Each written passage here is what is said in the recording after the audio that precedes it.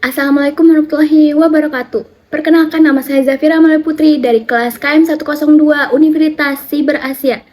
Di video kali ini saya akan mempresentasikan proposal tugas ICT Literasi dengan judul Sosialisasi Teknologi Pendidikan di Masyarakat. 1. Latar belakang dan manfaat. Latar belakang, teknologi memainkan peran penting dalam pendidikan di era globalisasi ini dan kebutuhan akan teknologi semakin meningkat. Kemampuan institusi pendidikan dapat dilihat dari bagaimana sekolah tersebut memanfaatkan teknologi informasi dan komunikasi secara optimal. Salah satu teknologi yang dibutuhkan sekolah untuk mendukung proses belajar mengajar adalah e-learning. Manfaat: pemanfaatan teknologi informasi dan komunikasi di bidang pendidikan diharapkan dapat memberikan dampak positif dalam proses pembelajaran. Ini bukan hanya untuk mengikuti perkembangan teknologi, tetapi juga untuk meningkatkan kualitas, mutu, dan akses belajar mengajar, sehingga Indonesia dapat meningkatkan dan memiliki sumber daya manusia yang kompetitif dengan negara lain.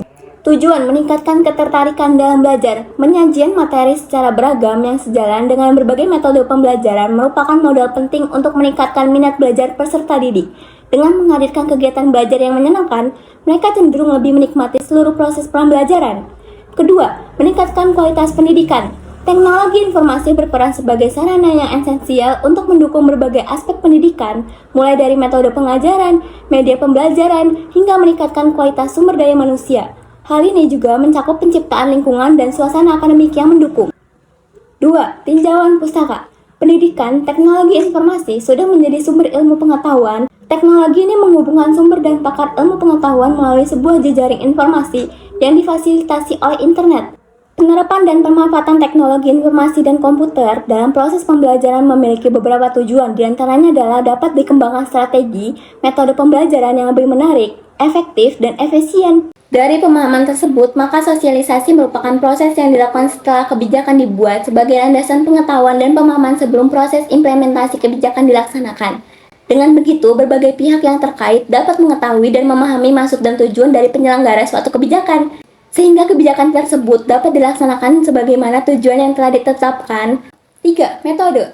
Metode pelaksanaan sosialisasi teknologi pendidikan kepada masyarakat ini dilakukan dengan cara tatap muka dan pemaparan materi dengan menggunakan media PowerPoint. Berikut ini langkah-langkah pelaksanaan kegiatan kepada masyarakat. Pertama, perencanaan. Kegiatan perencanaan dilakukan oleh dosen pengabdi dengan cara membuat PowerPoint dan handout materi agar mudah dalam penyampaian materi. Kedua, pelaksanaan kegiatan. Pelaksanaan sosialisasi dilakukan dengan cara pemaparan materi dengan menggunakan media PowerPoint dan dilanjut dengan sesi tanya jawab kepada masyarakat. Kemudian membuat media virtual reality. Ketiga, refleksi dan tindak lanjut. Kegiatan refleksi dilakukan guna untuk menindaklanjutkan pelaksanaan sosialisasi untuk dilakukan tindak lanjut pelaksanaan. 4. Output dan target pencapaian. Kegiatan sosialisasi kepada masyarakat yang dilaksanakan dengan metode pemaparan media menggunakan PowerPoint untuk mengembangkan pembelajaran virtual reality. Teknologi virtual reality merupakan salah satu upaya mengatasi permasalahan saat pembelajaran daring yang berlangsung saat ini. VR menciptakan simulasi pembelajaran yang memungkinkan pengguna dapat berinteraksi sekaligus merasakan berada dalam lingkungan yang ada dalam dunia maya. Pada saat praktik berjalan, narasumber memberikan arahan tahap demi tahap mulai dari pembuatan akun hingga proses editing. Sosiologi teknologi pendidikan melalui pembelajaran virtual reality, materi yang disampaikan pada pelaksanaan sosialisasi kepada masyarakat ini terdiri dari beberapa aspek, yaitu A. Teori dan konsep dasar media pembelajaran. B. Pentingnya media pembelajaran yang bervariasi dan inovatif. C. Konsep media pembelajaran virtual reality. D. Praktik membuat media pembelajaran virtual reality. E. Praktik menerapkan media pembelajaran virtual reality. F. Evaluasi dan refleksi dari media pembelajaran virtual reality.